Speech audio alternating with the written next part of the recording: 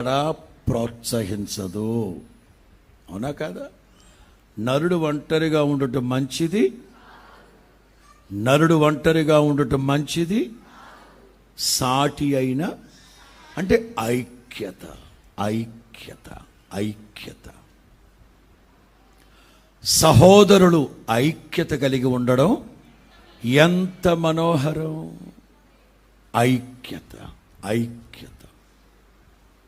యేసు ప్రభు కూడా సేవకుల్ని సేవకు పంపించేటప్పుడు ఇద్దరిద్దరుగా ఇద్దరిద్దరుగా ఇద్దరిద్దరుగా ఇద్దరిద్దరుగా అంటే ఐక్యంగా ఉండాలి, సహవాసం కలిగి ఉండాలి. ఒంటరిగా ఒంటరిగా తిరగకూడదు. ఇది పరిశుద్ధ గ్రంథం మనకు నేర్పిస్తూ ఉన్న పాఠం. దేవునికి స్తోత్రం చెప్పండి గట్టిగా.